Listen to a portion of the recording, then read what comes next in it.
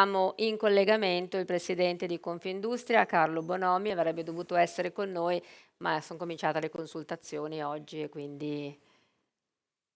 Eccole, siamo tutto a posto? Eccoci, buongiorno, buonasera. Buonasera, mi Buonasera, sentite? sì, eccoci, prego. Buonasera, mi scuso per non essere lì con voi, ma purtroppo, come potete immaginare, a Roma siamo piuttosto impegnati in questi giorni. Avremo un fine settimana intenso. Io ringrazio ovviamente Maria Silvia e Leopoldo per avermi invitato. Diventa ovviamente difficile aggiungere qualcosa rispetto a quello che è già stato detto in tutta la giornata. Faccio solo una riflessione, visto anche l'orario, sul tema del capitalismo familiare. Un noto giornale economico nel 2015 scriveva: le imprese familiari rimarranno un importante protagonista del capitalismo globale nel prevedibile futuro. Allora, sul prevedibile futuro credo che nel 2015 avremmo potuto scrivere tanto, ma visto quello che sta succedendo nel mondo, forse non era così proprio tanto prevedibile.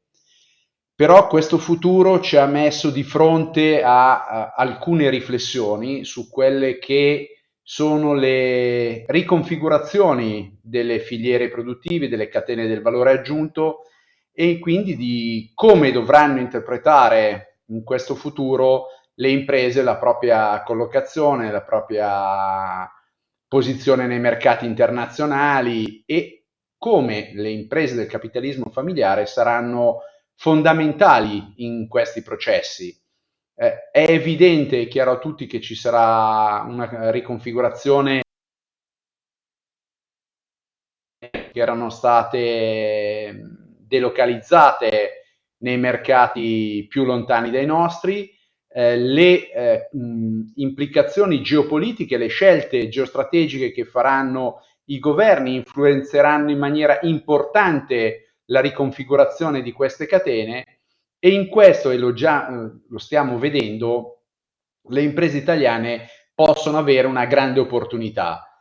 Il record delle esportazioni dell'anno scorso, 581 miliardi, due terzi dei quali fatti dall'industria manifatturiera, sono la testimonianza di come in una riconfigurazione dell'Occidente, delle catene del valore aggiunto occidentali, le imprese italiane, grazie alla loro flessibilità, grazie alla loro capacità del far bene e far bello, hanno conquistato quote di mercato quando i nostri maggiori competitor francesi e tedeschi ne hanno perse.